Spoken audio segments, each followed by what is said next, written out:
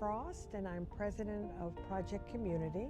Project Community was started actually as the Nurses Network, but the name was changed about 20 years later when people felt that they had to be a nurse in order to be on the board.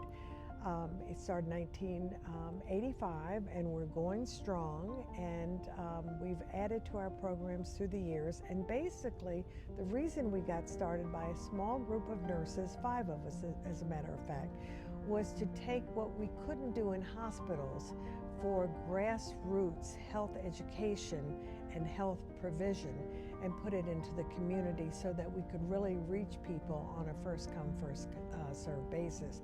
We started with a program for children with developmental disabilities.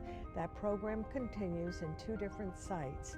Initially, it started as an in-house program where volunteer families would take a child for a weekend, an entire weekend, once every 6 weeks for at least a minimum of a year. It was the only program like it in the country. And we did that for 20 years and without any issue at all. But then what happened was there was an influx of children with autism, and the board and the world was not clear about what autism was.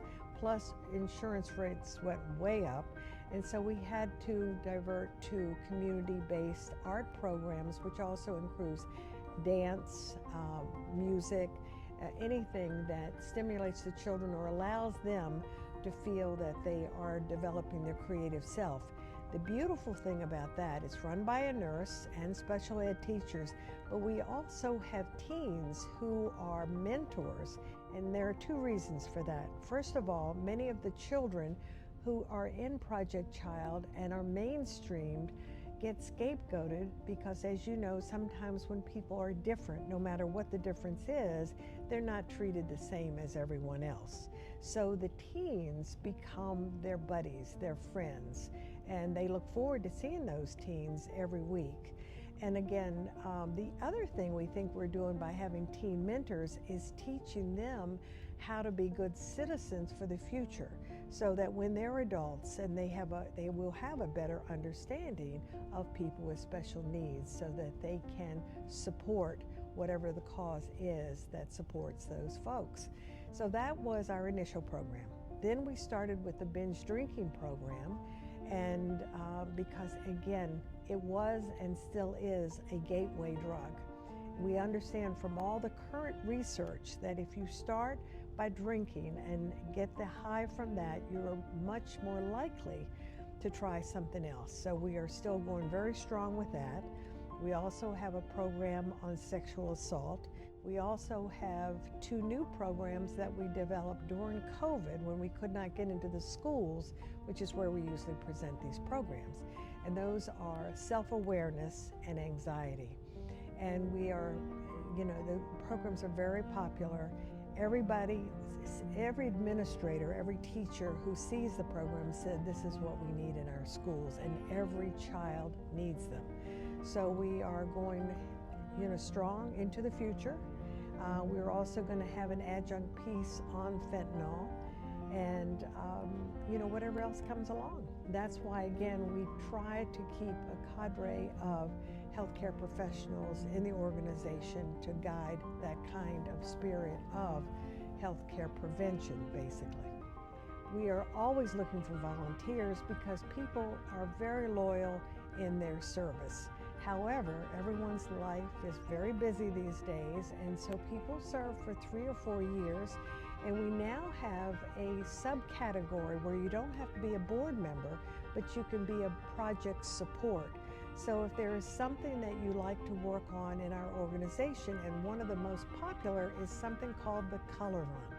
This is an annual event. It is a race, we call it a race, but it's actually a walk through Pelham, and we usually have 700 people attend. It's a big family event. We end up at Siwanoy Playground where we have music, refreshments, sometimes games, depending. So we always need volunteers for that. We also need volunteers for Project Child. As I said, the teen mentors are an essential part of those programs. And we have one in Pelham, one in the Bronx.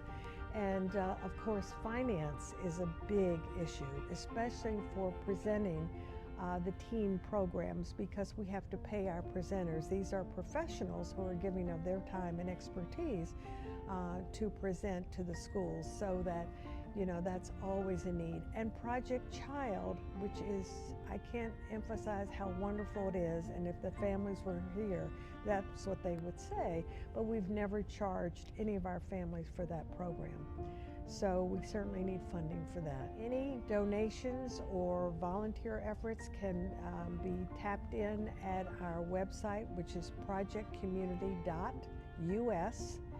And we're eager for all to join in, either the Color Run, Project Child, or the teen programs. And we call the teen programs How to Save a Friend, because if one person has the knowledge that these programs bring, they can pass that knowledge on to another teen.